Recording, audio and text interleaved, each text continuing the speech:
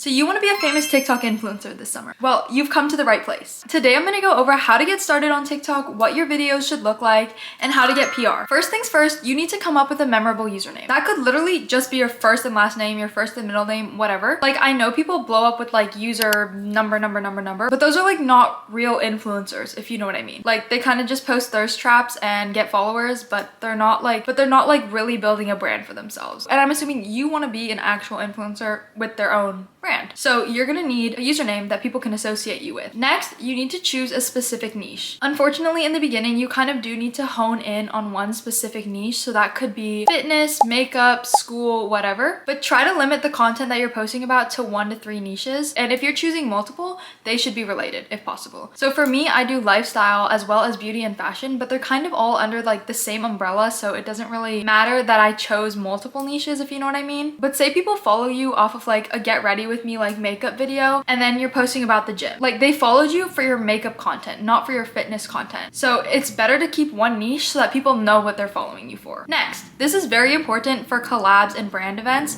but make sure you have your business email in your bio. I would recommend creating a new email so that you can keep track of all your collabs and stuff. I just found it really helpful to separate my personal email and my collab email. And also, if your email is not in your bio, how are these brands gonna contact you? Don't make them go search for it, because they're not gonna do that. Make your email as easy as possible for these people to find so that they can actually email you and not have to go through the effort of looking for your email. Make sure your location is also in your bio. If you live near a major city, I would recommend putting that one, because most of the time these brand events are happening in the bigger cities. So if you live close enough and you're willing to drive that far for a brand event, you might as well put that, because if you don't live in one of these bigger cities, they're probably not going to host a brand event in your like hometown. Moving on to actually posting your videos. The most important thing is that your videos need to provide value. Unfortunately, that does mean posting vlogs probably will not align with your goals, because when you're starting out, people don't care about your life. They don't want to see what you're doing every day, because why would they care? They don't even know who you are. So before you start posting the day in my lives, you need to create a brand for yourself. They need to know who you are. Some of the best performing content is tutorials. People like when they can get something out of it. So if you're posting tutorials or educational content, they're gonna follow you because they need to be gaining something out of following you. And if you're showing them how to glow up, how to do makeup, like, then they'll follow you. Similarly, your videos need to encourage engagement, because likes are just not good enough for the TikTok algorithm to keep pushing your video out onto the For You page.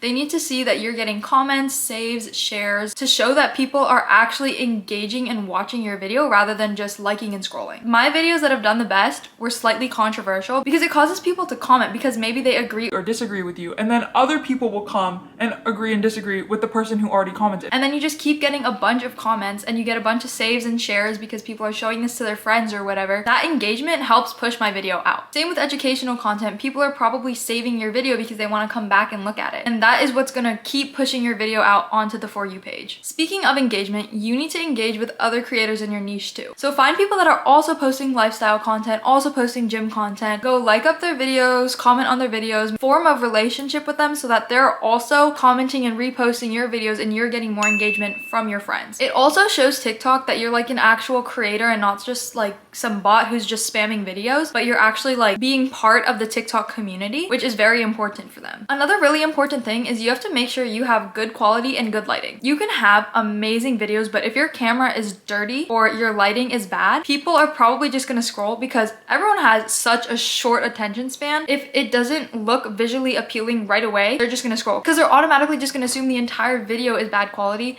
if your lighting or camera quality is not good. So make sure you are cleaning your camera and try and use natural light when possible, but if not, get a ring light. I have this Alex Earl light from Amazon, which is really good, and also it's really helpful if you have a phone stand or an Octo Buddy, just so that you can stabilize your videos and also get the angle that you want. And speaking of a short attention span, you need a really good hook. People's attention span, especially on TikTok, are so short. You need to capture their attention like that. If you're talking slow, like, hey guys, so today, they're not gonna watch. They're gonna scroll immediately, because number one, you're talking too slow. Number two, they have no idea what you're even gonna be talking about.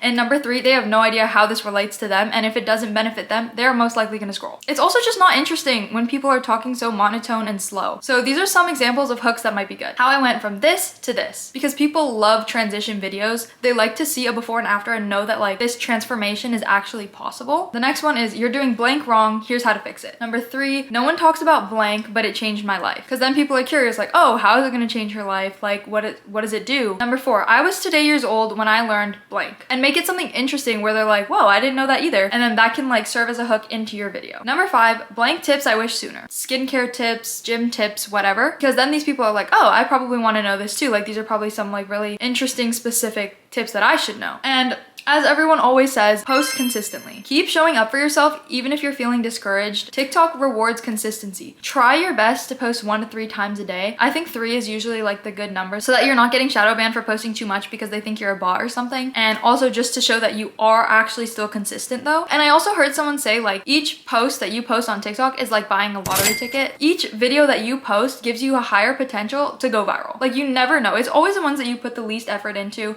that go viral. So just post the video. It doesn't matter if it's not perfect. People like to see authenticity anyways. Now, I'm sure you guys want to know how to get PR. The easiest way that you can get noticed by your favorite brands is just tagging them in your video. Obviously, don't tag them when you're like talking about something completely unrelated, but like get ready with me's, for example, if you're getting ready and you're using these makeup products, tag the brands and they'll see that you actually do use it every day, that you actually love their product and you're using it even when it's not sponsored. Brands obviously love genuine interest way more than people just begging for PR because they want free stuff. But if you want to be the one reaching out to the brands, make sure you're reaching out to their designated influencer or collab email, because if you send it to like their basic help email, you're probably not even going to get a response, or you're going to get some automated response that does not help at all. So always just look up like brand collab email or brand influencer email. It's probably on TikTok somewhere or just on their contact us page. It helps because they automatically know you're looking for a collab, and the people you're contacting are probably like their designated influencer managers,